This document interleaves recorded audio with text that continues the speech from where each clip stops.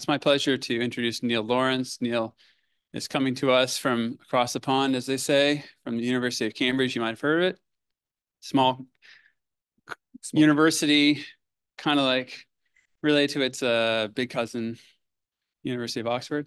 Neil is a senior AI fellow at the Alan Turing Institute. He is one of the people that started AI Stats or got that going or is keeping that going. He has a senior role also in Ellis, as well as on the advisory board of Archive, I think, which I just only learned today. Okay. I've known Neil for a very long time. He's well known for his work in probabilistic machine learning, one of the kind of pioneers pushing deep Gaussian processes, had a lot of work, fundamental work with Gaussian processes, especially bringing them into machine learning. And nowadays is focusing on the translation of AI into the real world. And we're going to talk about an aspect, a philosophical aspect of that today. And so please join me in welcoming Neil. Thank you. Thanks, Dan. Yeah, so I guess I was just saying to Dan that one of the things that, of course, when I was young, when I started in the machine learning community, there were only about 400 to 600 people going to NeurIPS. And it's a sort of funny thing. Of course, it's amazing and great how successful the community is, but you sort of realize, oh, wow, I'm the sort of person that likes to be in small, diverse communities, not enormous communities, all chasing the same thing. So in that sense, apologies if I've tended to, and it's not conscious, but you sort of look back on it and you realize to try and move into areas that I think less people are talking about, which is also dangerous because they're obviously sometimes areas which aren't your domain of expertise, but I'm fortunate in that I have a lot of good collaborators that help.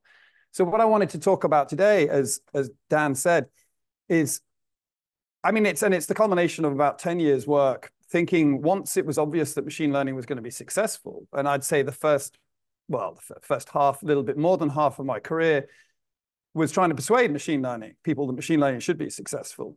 And then around about 2012, 2013, 2014, it became apparent that everyone had decided machine learning was successful. And we had this sort of exponential takeoff. And the thing about an exponential takeoff is there's sort of no moment when people are calibrated and have exactly the right amount of faith in machine learning. You know, they don't have enough faith, and all of a sudden it's the solution to everything. So that, I think, has pushed me to sort of take a step back and think about explaining to the wider public, policymakers, you know, what I think the limitations and strengths of machine learning are, and sort of trying to empower regular people with an understanding of this technology. Because one of the things I'm deeply worried about at the moment is that this is a technology that is going to have a very widespread effect, but we're in that sort of dangerous zone where scientists who don't have that much understanding of society are making proclamations about what it might mean for society. And those proclamations are paid a lot of attention to because they're coming from very serious people, but they're perhaps not that well calibrated. So this is my attempt to sort of get a bit of a calibration. And the idea, it's based on my book, which is coming out in June, is sort of finished. The hope with the book, whether I've achieved it, is it's interesting both for machine learning researchers and members of the general public, people who don't have deep expertise in machine learning. And the notion of the book starts with this idea that is expressed in this picture that's from the cover. That, I mean, the story for me goes back to noticing about sort of 9 to 10 years ago when writing blog posts, and you can see the blog posts, that when you heard a lot of the sort of angst around machine learning and the predictions about what it was going to do, it bore a lot of relationship to what you might think of as early religion. In particular, like, I mean, I love Greek myth. And I think almost every strand of what the sort of hyperbolic conversations about machine learning suggest can be found in Greek myth. You know, we'll upload our brains, we'll become demigods. There's going to be all-powerful beings that smite us and combat with each other. And I thought, well, that would be a pretty depressing society. And it made me think, well, why is there a parallel? And I think there's a parallel there because when people think about other intelligences, and they view intelligence as a very personal thing, when they think about other intelligences, it's a reaction to what would I do if I had that power? And of course, religion gives you another intelligence to think about. And I'm not religious myself, but I ended up having a lot of conversations with religious leaders about what they think about these technologies. And it's in the essence of religion that you believe that there's some other form of intelligence and that you are living within the context of that. So it's sort of unsurprising that early thinking around that other form of intelligence looks very similar to early thinking around AI. And my feeling was, well, what do I think of modern religions? And, I'm not one of these, I'm not religious. I don't want to be religious, but I have a lot of respect for some stuff that religions do. And the things I have respect for are often triggered by when religion causes people to introspect, causes people to think about, well, if there is this other intelligence, what does it mean for me? How do I sit within that wider context? And so the sort of idea of the book, and a lot of the book, it was written even starting sort of 10 years ago, but it was sort of pulled together around this theme as it developed in my head. And so the core way of trying to form the same level of introspection comes from the title, The Atomic Human. And the notion is, well, that as we develop machines that do things that we used to think of as being uniquely human, we're sort of slicing away those things from how we view ourselves in a very similar manner to when Democritus, the sort of Greek philosopher, who I think is around 300 BC, was thinking about, if I cut material in half and then I take one of the halves and I cut it again, and I keep repeating that process, what we refer to as an IBP in machine learning, is there a point at which I can't stop, where I can no longer cut? And their idea was that there is a point, and they called that the atom, Greek for indivisible. So the notion here is that the same cognitively? As you slice into our world, can you keep slicing and removing things away, or is there an indivisible where you can't stop? And that's what the book's about. What is that indivisible? It's quite a long book, so obviously I decided there is an indivisible. But for me, the key point of the book is that indivisible is not associated with our capabilities. It's associated with our vulnerabilities and our limitations. So the things we can't do. And I'll try and explain what I mean by that during the talk. So that image is kind of like, I don't know, it's a pictorial representation some art designer at Penguin had when hearing this concept. He said it's got a sort of atomic feel and a sort of slicing away feel to it. I quite like the image. But to talk about one of those limitations, I like to sort of think of the story of Jean-Dominique Bauby, who was the French editor of the Elle magazine when, in I think 1993, he suffered a brainstem stroke that removed his ability to move his whole body, apart from he could wink one of his eyes. So the other eye, he was sealed down for medical reasons, so he could only wink one eye. So he suffered from what we think of as, or what we talk about as, locked-in syndrome. And I think we all have a fascination with locked-in syndrome, because what he could do, he had all the same thoughts that we had, the same ability to think, but he didn't have the same ability to communicate those thoughts, to share those thoughts, to have someone else understanding what he was thinking. And we have such a fascination for it that he wrote a book, and that book became a film. And the remarkable thing about that book is he wrote it while he was locked in.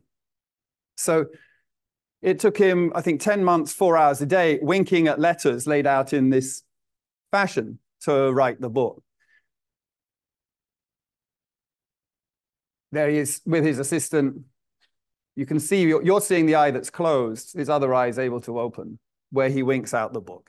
And he talks about the state that he was in, and it's the original French title is Scaphandre, not diving bell, which I think means more diving suit, the sort of Tintin diving suit that people, I don't speak French that well, but that's my understanding of the translation. So what he's saying in the title is that there were two aspects to him. There was this notion of the butterfly, which is his imagining self, and the diving bell, which is his constrained physical self with this limited ability to communicate out, or the diving suit. Now, what's interesting about that state and our fascination for that state is I think it's particularly remarkable because you are basically all in exactly the same state. You're not in that supine position that Bauby's in. You're not winking out your books, but in comparison to the machine, you're in that state. So if we look at, from a Shannon information theory perspective, how many bits of information, roughly speaking, given the description of how long he took to write the book, he was writing that book at about 1 word every 2 minutes. So that's about 6 bits a minute. And you should immediately be thinking, oh, there could have been a better coding scheme. He could have done this better. You're all computer scientists. Yes, there could have been a better coding scheme. But of course, one challenge is he doesn't have the equipment inside to do all that encoding. So he had a nice, easy coding scheme that they could use and communicate. Now, so 6 bits per minute is his communication rate. But the point is, in comparison to the computer, and this is a picture of the Mark II Colossus, which was used to decode D-Day landings. In comparison to the computer's ability to communicate one computer to another, Bobby and we are in the same situation. So I typically, if I'm speaking well, I'll probably be communicating about 300 times faster than Bobby, about 2,000 bits a minute. Again, assuming on average 12 bits per word, which was an estimate from Shannon actually for English, which I'm just transferring to French. I mean, it's all order of magnitude stuff, right? But once the computer comes on the scene, I mean, the fundamental difference is that we are communicating broadly with the speed of sound. Of course, you're observing me moving and et cetera, but our main bidirectional communication is sound. And the speed of sound is 1,000,000 times slower than the speed of light, and machines are communicating with the speed of light. But then people have also thought about how to do really good encoding schemes. So when you look at the ratios that we're seeing at the moment, if two machines are communicating with 10 gigabit Ethernet, which is becoming commonplace, they're sort of going 600 billion bits per minute. So 600 billion is a big number. That's 300 million times more than our communication rate. Even if it's 1 gigabit internet, it's 30 million. So there's like that factor of 1,000,000 that's coming from the speed of light for communication. And then there's additional stuff people are doing to sort of increase that with clever coding schemes that's giving us a 30 to 300 level on top of that. Now, to give you a sense of that, just think of it in terms of salaries. So Bobby has $6 a month, Canadian or US or pounds or whatever, doesn't matter. We have about $2,000 or pounds a month. And the computer has 600 billion dollars, pounds per month. So if you're trying to think about this in terms of money, you know, you're talking sort of US national budgets, which makes sense because there's 300 million people plus in the US. So you have to scale up salaries to country level before you start thinking about how much information bandwidth is there. And I want to be clear, to me, this is the only absolute you can talk about, right? So I think that conversations around intelligence are mostly fairly foolish because intelligence isn't defined.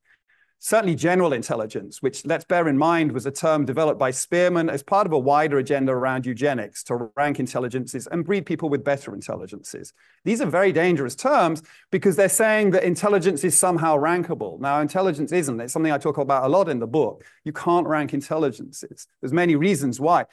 You could rank an intelligence if you have a particular task that needs to be done in a particular time frame.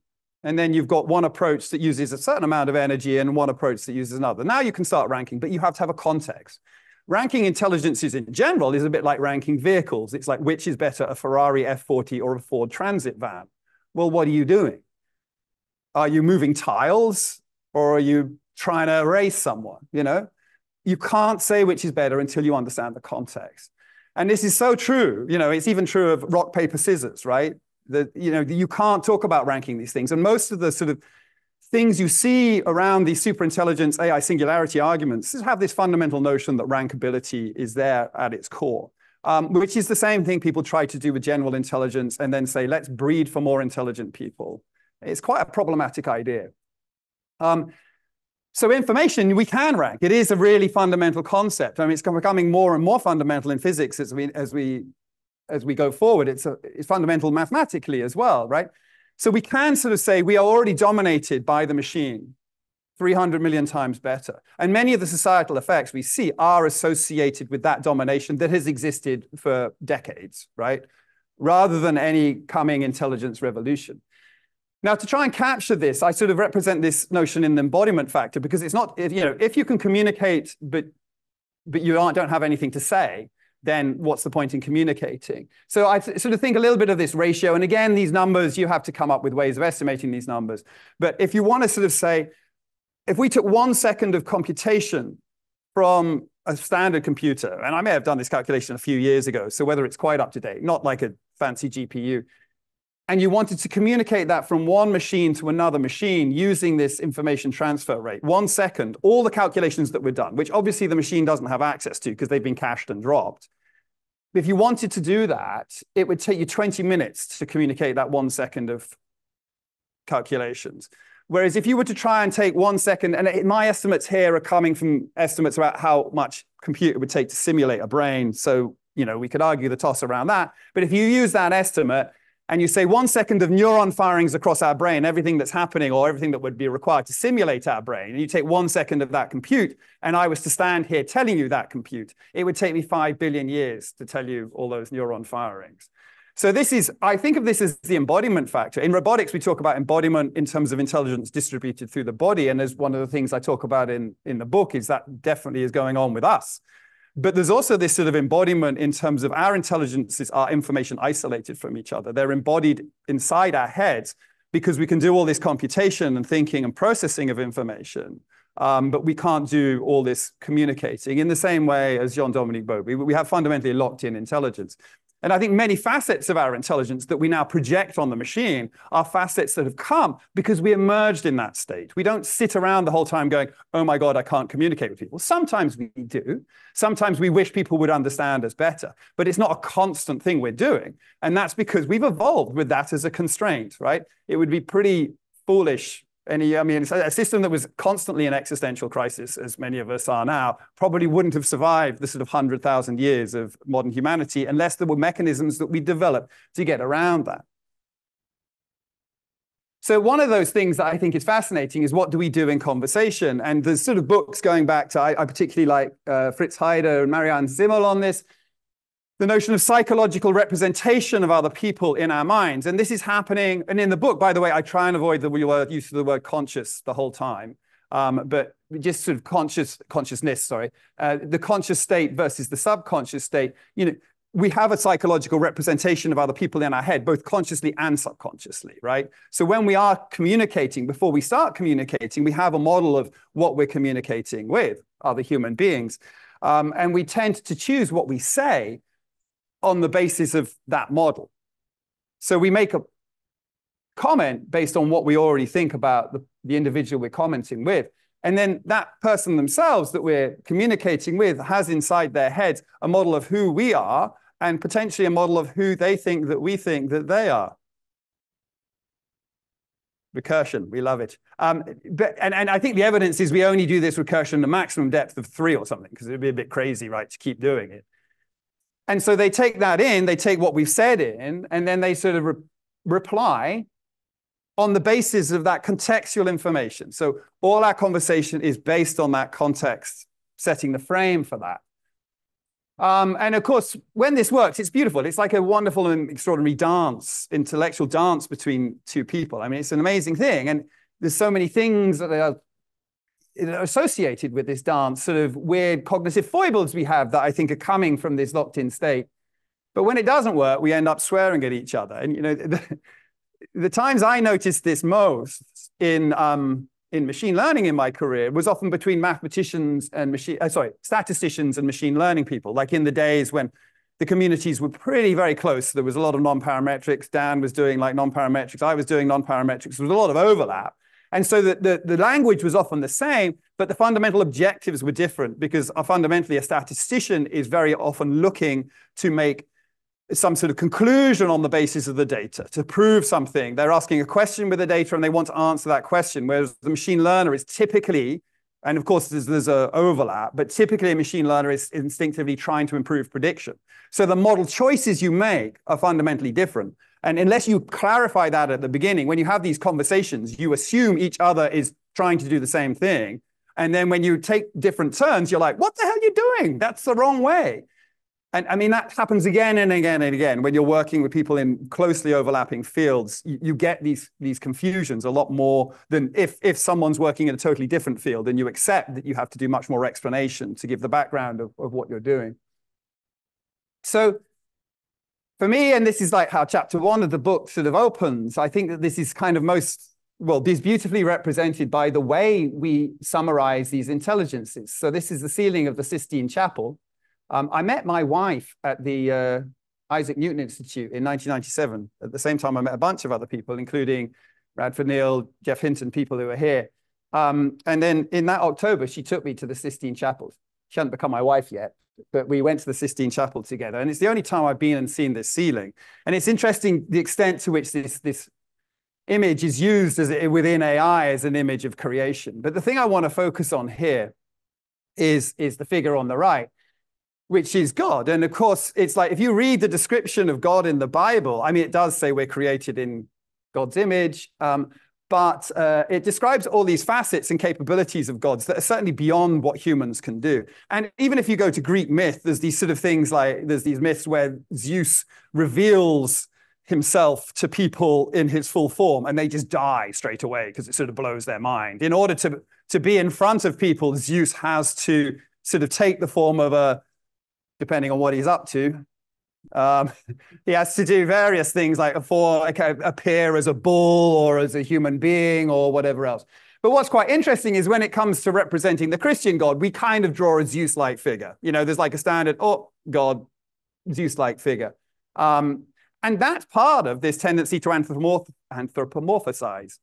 And that's a word that I can't say. So again, in the book, I say we should just call it anthroxing, where X equals pomorphosize, because it's one of the hardest words I find to say, but it's something we're doing all the time, anthroxing things, right? Whether it's AI or whether it's gods or whether it's ever. So when we have intelligences, we tend to embody them. We tend to put them in a form that allows us to psychologically represent them. But then, of course, we're assuming things about them which are true for humans, but are not true for those intelligences. And whether that's, you know, the description of a god or it's a description of artificial intelligence. So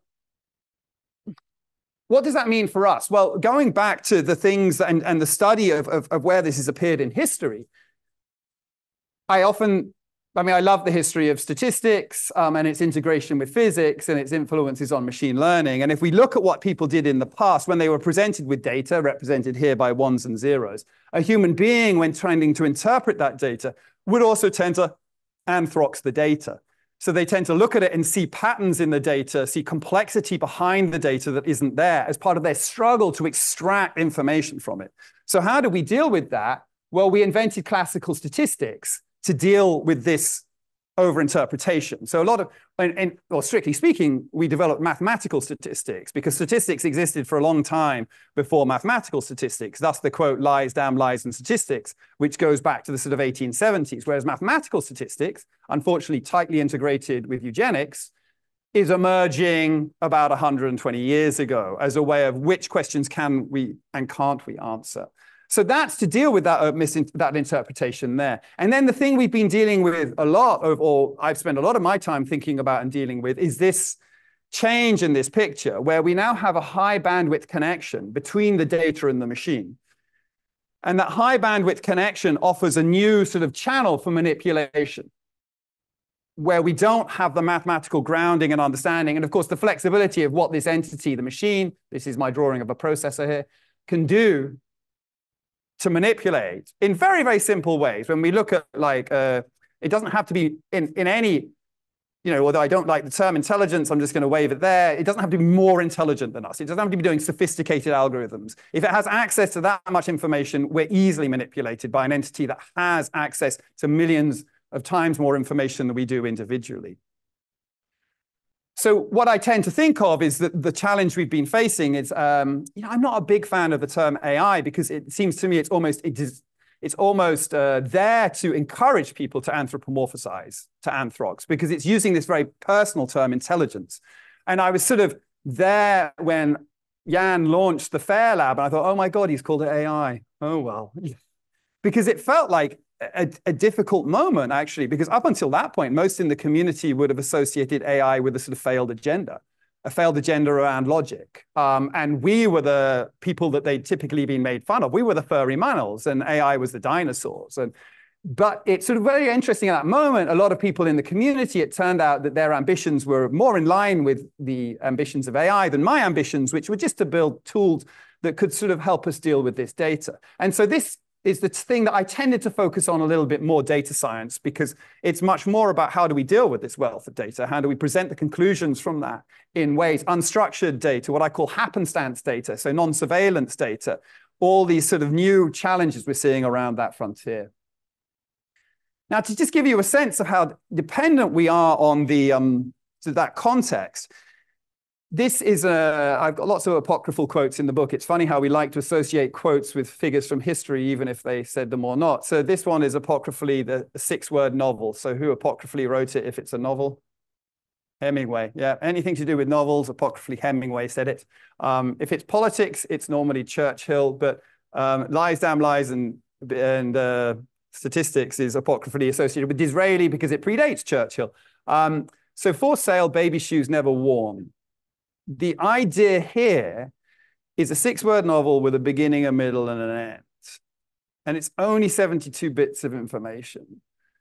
But what it represents is someone's story, a tragic story, that in order to feel that story, and it's funny, every time I do it and I think about that story, it sends the hairs up on the back of my neck. I haven't experienced what must have happened or what the normal interpretations of what may well have happened myself, but I can still imagine what it might be like, or I can imagine that I can't imagine what it's like to go through the sort of loss that would cause, that might cause that advert to exist. But of course, that's relying on this human context. It's relying on the fact that we're subject to the same vulnerabilities. So whereas I could have an LLM sort of explain that sentence to me, I can never have an LLM feel the same things about that because it can't project, it can't use its equivalent of the butterfly to do that imaginings because it's not subject to the same social constraints. So these are the sort of two fundamental differences I see that give us the atomic human. One, this limitation around communication and the way we overcome it. And the other, the vulnerabilities, the shared vulnerabilities we're subject to that mean that, certainly for me, and I think for most people, when we want consequential decisions to be made about us, we want those consequential decisions to be made by entities that are subject to the sort of same societal vulnerabilities. And it's not just death or loss of a loved one, it's loss of reputation, it's loss of salary, it's loss of educational opportunities, loss of liberty. You know, interestingly, most of these things are what are protected decision characteristics in the GDPR, or decisions where you require an explanation in the GDPR. So we already have these things in law because people have thought about this for quite a long time. And what's interesting is, yes, people have thought about this for a long time. So going back to 2017, I guess from about 2012, 2013, I started working on public understanding of machine learning. A lot of the ideas I'm sharing with you come thinking about how to do that. But I also work with the Royal Society on more policy work. And the policy work involved a working group on machine learning, which started in 2015. This report is 2017. And one of the things it did is it went to members of the public, explained what machine learning was, and asked them what they would like out of it. So you can find this online. It's an Ipsos Mori thing. It's mostly qualitative surveys. And you don't need to see the sort of details of in here. The slides online that you can, if you want to look at the details.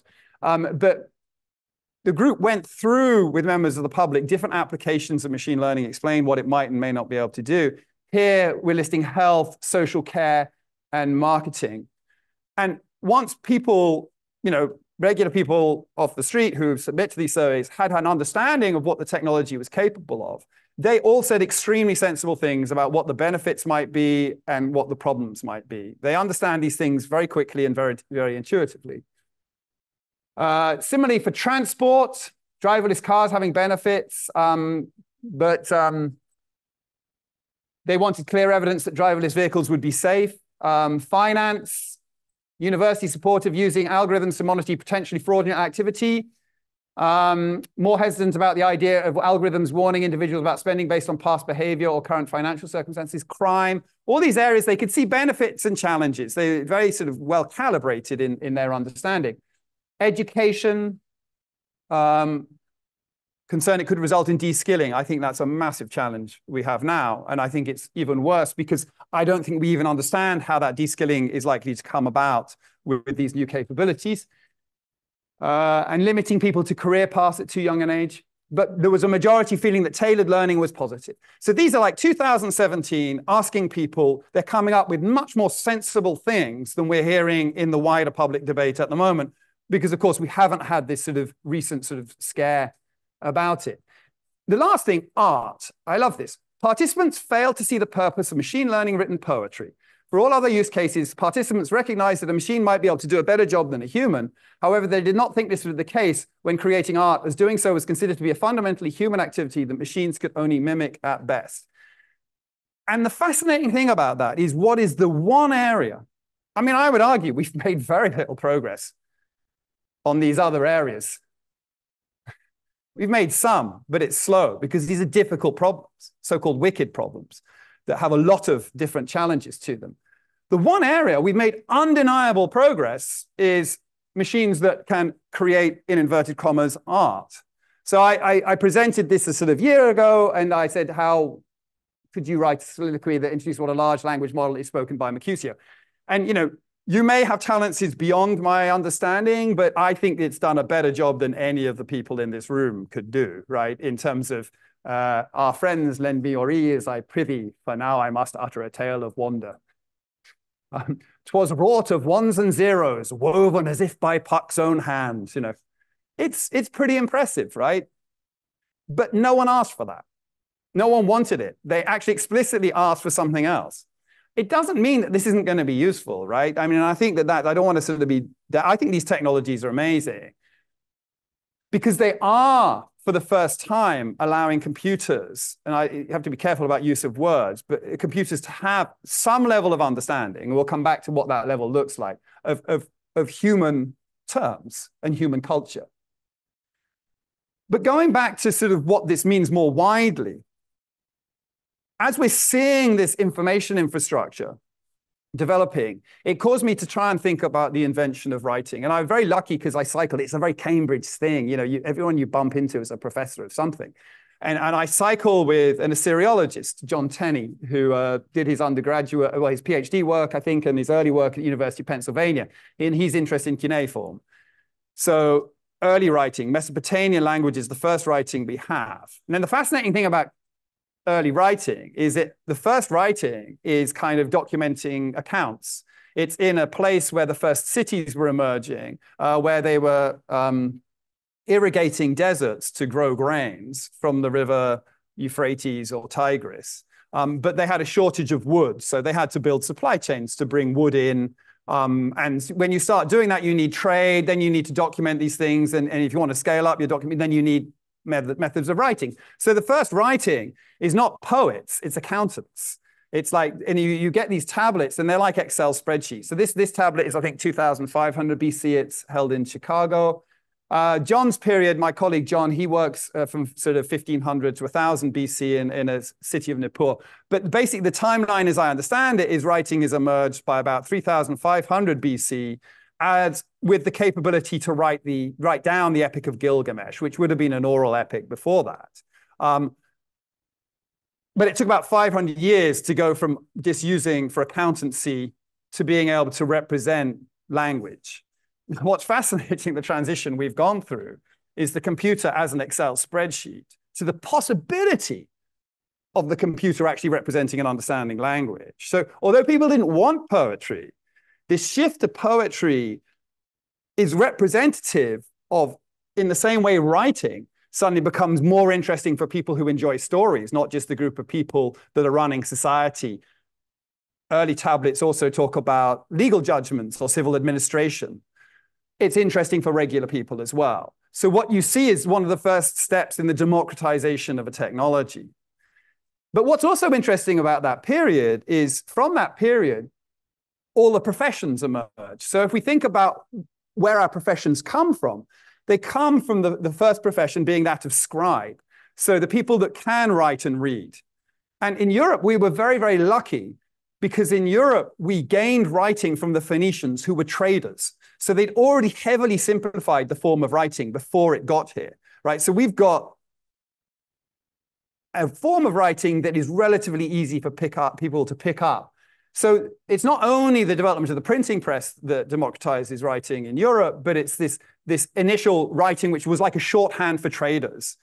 had all the ceremonial aspects removed from it. In most cultures, there are multiple forms of writing, where you have writing that is being used for ceremonial or legal purposes, and it's far more complicated. Is anyone here Korean? So I think Korea has at least these two forms of writing, one of which was developed in the 15th century by the king to be a simpler form of writing, because the main official form of writing is Chinese script, and it doesn't match that well onto the underlying language. Japan has the same problem, but the Koreans developed one of the most elegant forms of phonetic writing to solve this problem. But it never picked up because it was dismissed as women and children's writing by the professions. The professions said, no, no, no. No, no, no. You have to do this complicated stuff because it's, of course, a way of keeping people out of controlling the information infrastructure, which is where they were making money. Now, this book, The Future of Professions, is back in 2015, but it actually talks about, it sees this period where these new technologies are actually going to be influencing the professions more than they are previous generation of automation, which is influencing the robots and factories. And we spoke to, can't remember which one's the younger. It's a father-son team. I think it was Richard Susskind we spoke to. I think he's the son. Daniel was a lawyer and wrote about expert systems in the law sort of back in the 1980s. And we interviewed Richard as part of the Royal Society report. And it made a strong impression on me what he was saying. But when I think about this in the modern times, and I look at the challenges we're facing now, as we introduce the computer across the professions, whether it's in accountancy or law or whatever else, we are supplanting the information infrastructure that these people used to control. Of course, the printing press brought about a revolution where in Europe, the clergy who controlled all the professions was displaced. And we have a modern set of professions who aren't necessarily religious. But those professions also control knowledge in some ways, lawyers by overcomplicating the language, for example. But what's happening to them is their entire information infrastructure is being replaced.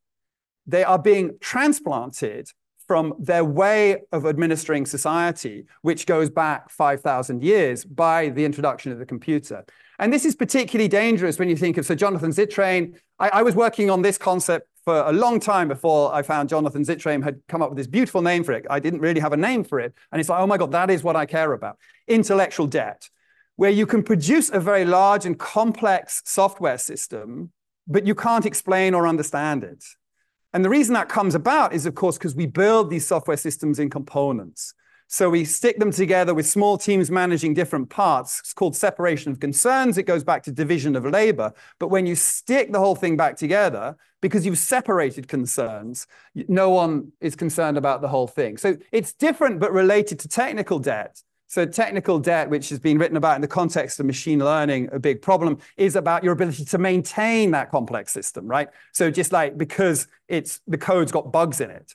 Imagine the code's bug-free. Intellectual debt is about, can you even understand what your system is doing within society? And this is from a software engineer's perspective, right? So the software engineers can't understand the systems they've deployed. And this was a major reason I went to Amazon, because I spent 3 years at Amazon as director of machine learning. And I didn't go and work on all the funky AWS services or Alexa. I went to the supply chain. Because in order to see the effects of this in practice, you have to be dealing with something that is interfacing between the virtual and the real world. If you stick in the virtual world, yes, problems happen, as we can mention around Facebook. But when these things interconnect with the real world, you get real challenges in explaining what on earth's going on. So this brings to mind the situation we face now. And because Fantasia is not out of copyright, I can't use the Mickey Mouse pictures of Fantasia. So this is my representation of The Sorcerer's Apprentice. What we're seeing as society is a situation where tech companies are taking a technology that they did not develop. I mean, they have extended it and built on it. They're a contributor to it, but they did not develop, they cannot control, and they don't fully understand. And they are deploying these technologies on society in the manner of The Sorcerer's Apprentice. The Sorcerer's Apprentice is a poem about a sorcerer's apprentice who, when the master leaves, takes one of the spells and casts it on a broom, as we're seeing here, and gets the broom to do the sorcerer's apprentice chores. Right? And that's exactly what we're seeing with big tech. They're deploying this cell to do their chores being, this is how we can get revenue. But once they've deployed those spells, they can't control them. And, Mark Zuckerberg even said in 2019, please regulate us. we don't know what we're doing. I mean, it's a sort of shocking idea that companies are saying, we don't understand the thing we've deployed and how it's affecting society. Now, in The Sorcerer's Apprentice, and apologies for mashing the German for any Germans present, I think the line from Goethe is Besen, Besen, Zerz gewesen, which means brooms, brooms, that's enough. And that's what the master says when they return, and everything goes back to normal, apart from the Sorcerer's Apprentice is in a lot of trouble.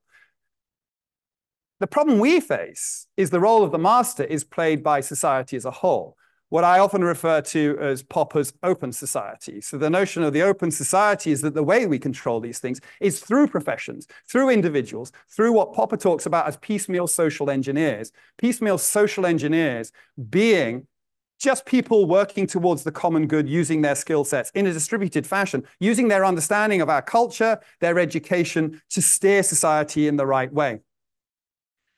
That is being severely undermined by the shift in the information infrastructure that we're experiencing. Popper wrote about this sort of in the shadow. He decided to write the book in March 1938 when his home city was invaded by the Nazis, his home city of Vienna. He wrote the book, or started writing the book, when he was in exile in New Zealand. And he viewed this as the route for totalitarianism, this as being the route by which liberal democracy is destroyed. And I think you have to bear in mind the history of Vienna. It was one of the cradles of liberal democracy before that moment. So he was a deep thinker on those things. He's a deep thinker on politics. He went into the philosophy of science because of horror at seeing what happened to friends when he was about 16, 17 years old who were killed on a Marxist march, which caused him to question whether you can actually talk about the truth of the principles of something like Marxism.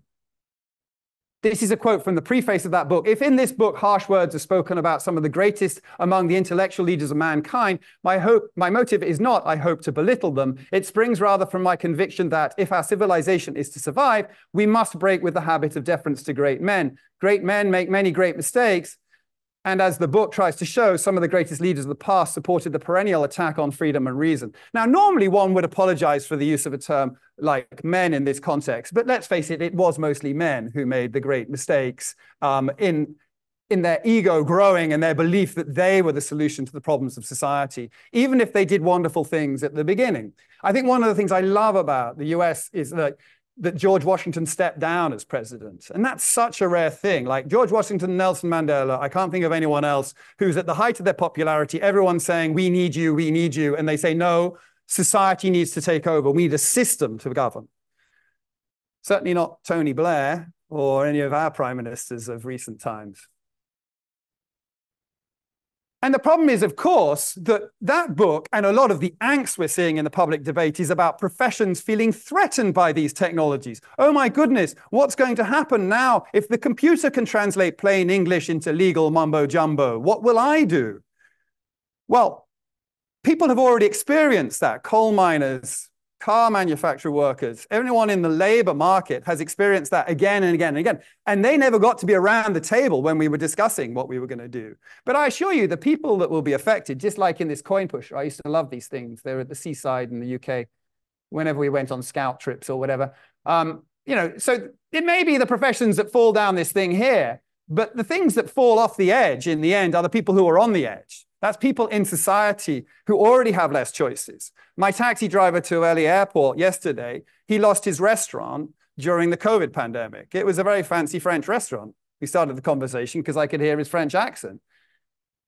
He's driving a taxi because very often when you're in that position, and he lost everything, he lost all his investment, and he had nothing further to do. That's kind of what you go and do. If you ever talk to taxi drivers, it's fascinating where they come from, different places, but often some massive change in a way that meant that they couldn't continue doing what they were doing or building on it. So they had to change profession, and they've gone for taxi driver because most people can drive a taxi, or a lot of people can drive a taxi.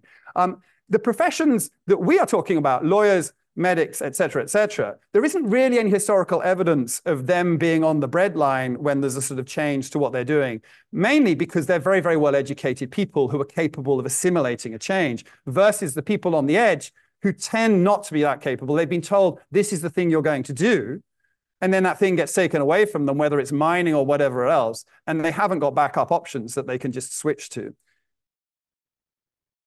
And here's an example of that happening in practice. I don't know if this made the news here, but this isn't even AI. This is a the Horizon scandal in the United Kingdom. I like this picture because my colleague Jess Montgomery, who runs AI at CAM with me, the Universities of Cambridge's mission on AI, is the clerk sitting here in this House of Lords Select Committee, where the CEO of the Post Office is being interviewed about an accounting system developed in the 1990s that didn't keep the accounts correctly.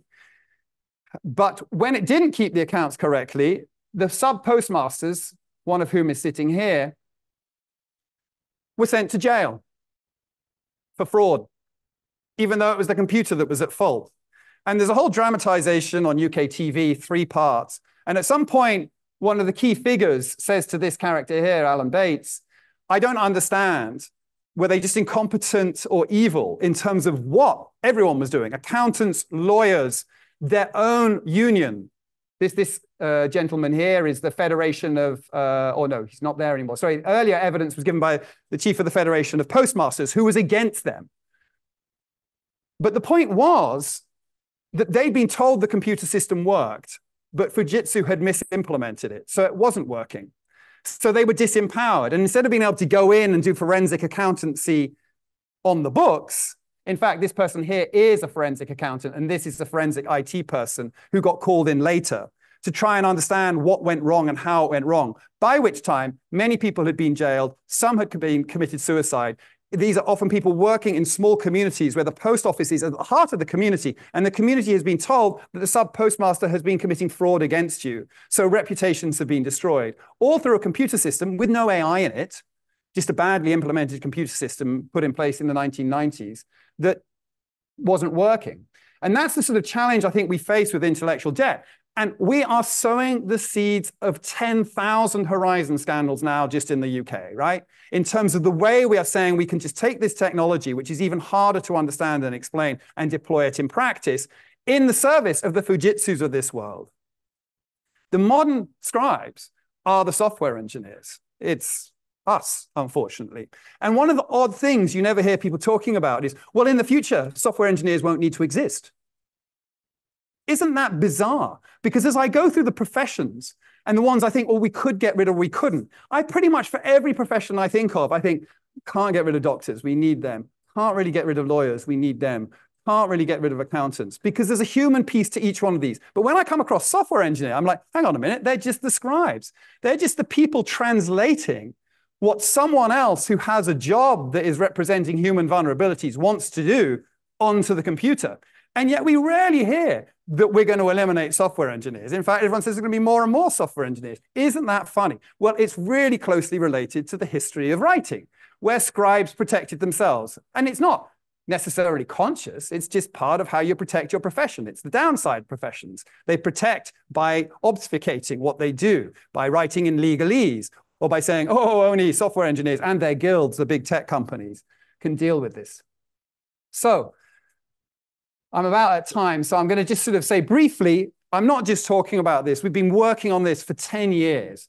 And the type of thing we're looking at is moving away from just thinking about machine learning, but trying to think about how do you build and deploy these systems in a safe, maintainable, explainable manner.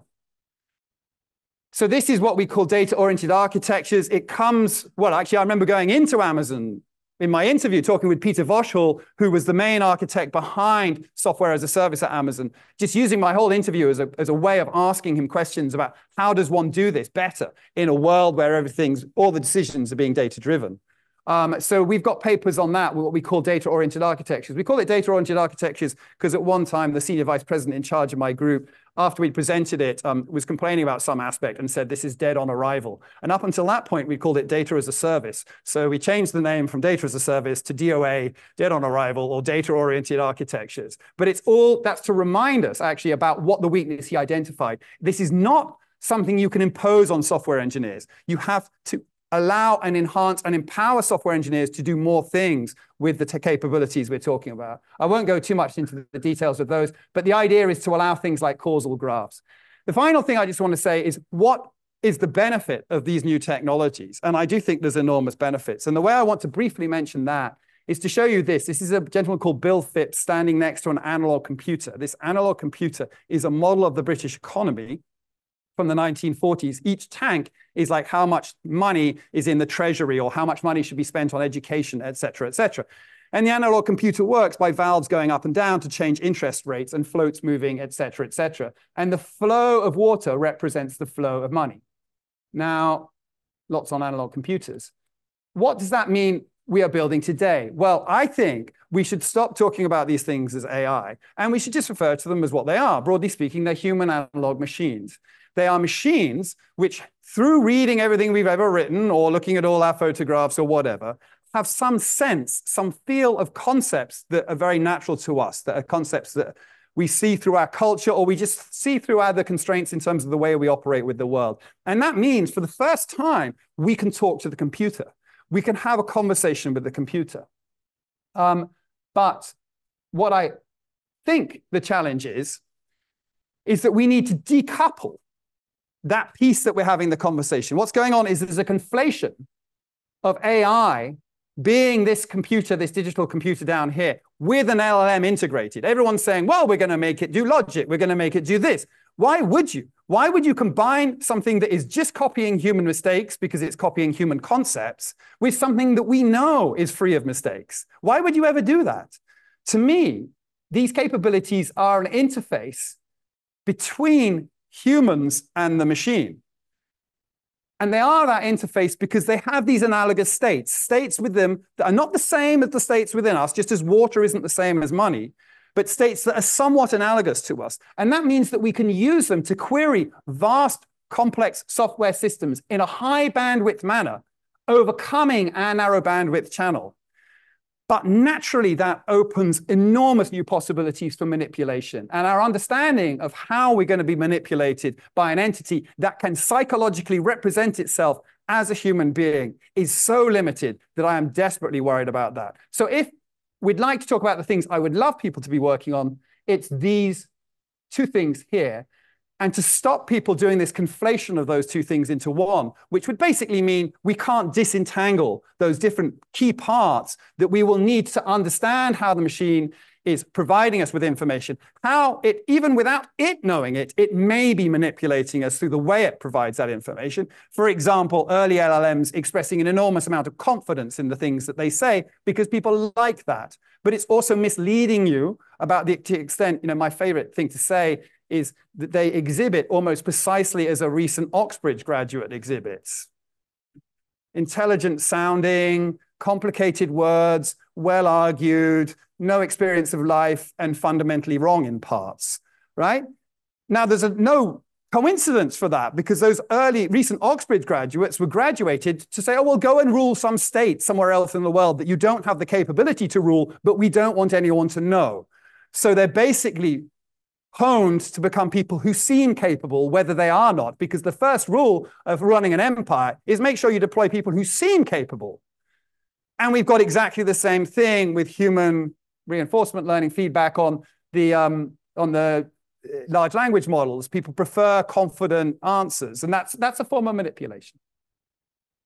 Okay, so I'll end there. I have what, and I forgot to talk about that in general, so about what the challenges are. But basically, the point is our entire information infrastructure is being substituted. If there is any form of existential threat, it's an existential threat to the fabric of our society. And that will happen well before any other form of existential threat occurs. And it's already been going on. We're 10 years into it. And yet we are not capable of pushing back against it. I think on the positive side, these new technologies, LLMs, do offer us the possibility to democratize the information infrastructure again, put it back in the hands of people, professions, et cetera. But in order to do that, we have to develop our understanding of that link between us and the LLM, which is equivalent to the link between us and each other.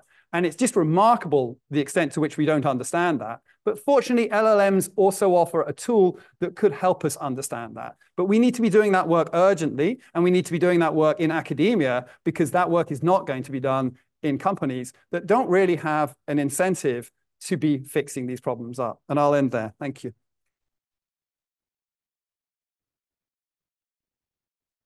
All right. Well, certainly thought-provoking. Awesome. Are there any questions in the room to start us off? Please. Maybe I'll give you the mic. So it's probably good for the Zoom call. Hi, Elliot Krieger, University of Waterloo. So just wanted to tug on something that you mentioned in passing that really kind of piqued my interest, the distinction between surveillance data and happenstance data. It seems like very much, I mean, I don't know what your definitions are, but it seems like a sort of frame of reference question. Like if I'm an advertiser or run an online business, traces of web browser history might seem to me like happenstance data. If I'm a consumer, it might seem to me like surveillance data if it's going to be used to give me like dynamic pricing. And yeah, I should have clarified. When I said surveillance there, I meant statistical surveillance data rather than state surveillance data. Obviously, the two kind of can become the same at some point. So I meant, yes, it can definitely be used like as surveillance from like surveillance capitalism. And I should have clarified, I was separating the difference between statistical surveillance data, by which I mean someone's done a design of experiments and in effect randomized or done some sort of causal design that means that you can draw valid conclusions, or your sample is representative of the body you're interested in, versus the sort of challenges that we see manifesting in modern polls or in medical stratifications, where the data has these weird biases in it that are shifting rapidly as people move social media platforms.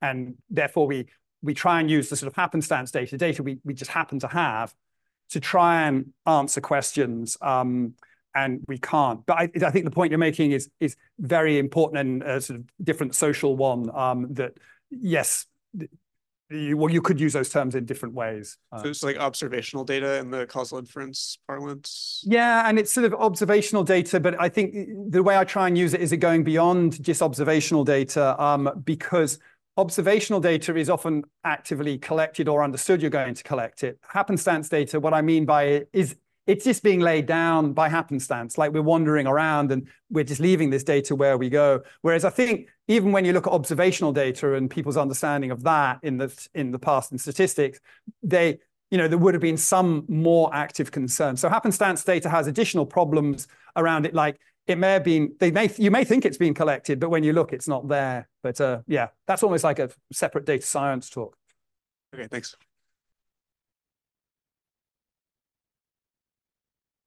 But thanks for clarifying that, because that was definitely an ambiguity. Any more questions in the room? We'll maybe go to someone online, but in the moment, while we're looking for who might have one online, I'll ask. Yeah, so my brain's firing with all these questions when asking. And I think luckily I have a little bit of time afterwards, so I'll maybe like focus on a question. So you were comparing brains and like their bandwidth, et cetera, to machines. I mean, one might ask, why not say draw a box around all the brains on the planet, right, and think about that as an intelligence, right, and then then it might compare more favorably to an individual one of these machines. Which is, yeah, and I was wondering whether you might go there with that. Yeah, so any comment on that? I mean, there's obviously a practical reason to focus on individuals, since we might care about ourselves.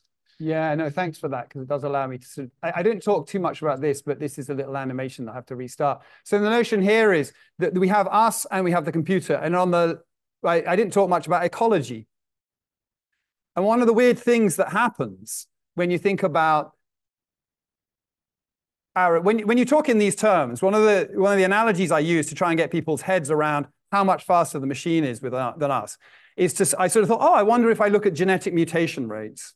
So we look at like how much information humans are passing to the next generation through genetics. There's like whatever 9 billion of us, and it's approximately right that as a whole population, we're passing about the same amount of information through genetics, and I'm ignoring epigenetic stuff here, as one fast-talking New Yorker is sharing when they're talking at someone, right? So that's like a factor of about 9 billion or something like that. So it's only a factor of 10 outside the difference between us and the computer. So, and that's for humans, right? And other organisms mutate faster. So roughly speaking, the computer watching us process information is like us watching things evolve. Like if you stand and try and watch the plant evolve, it doesn't do very much.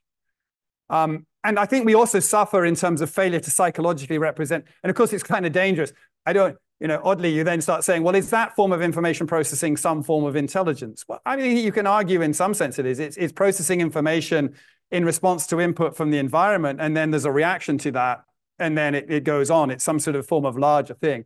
So what's interesting about that, and what this diagram is supposed to show, is that in terms of the bandwidth, our ecology is at the far end. We are in the middle, and the computer is really faster. But in terms of complexity, and this is coming back to the question, how have we dealt with this information bandwidth limitation? Culture and practices.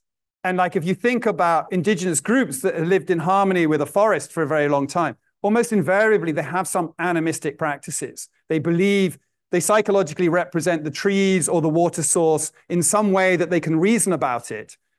They anthropomorphize it or anthrox it in such a way that they don't damage for the next generation.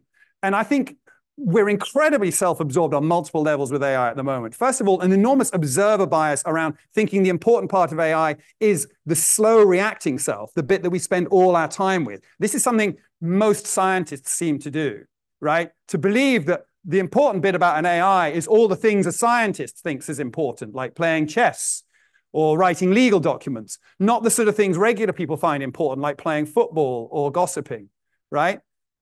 Which, I mean, of course, we will maybe get towards those as well. It's not to say we can't do those, but that it's all about me as an individual rather than it's all about our wider species, which contains all this information coming to us from previous generations. These practices that have been exposed to sort of evolutionary modification. And even if they're not true in the strict sense, like, we don't believe from a reductionist perspective that there's a spirit in a tree, they're proxy truths that help societies coexist with their ecology. And I think what we see going on, or the main effect I see going on, the main risks I sort of see, and we've talked about one of them in information infrastructure, is that the machine is undermining our culture, just as we are undermining the ecology. Just as when we invented the sort of steam engine, Watt wasn't worried about, he was worried about high pressure boilers killing people through exploding. So he wasn't unconcerned about humans, but he couldn't know that within 200 years' time, which is a blink of an eyelid in terms of the ecologies thing, we would produce that much carbon as a result of it.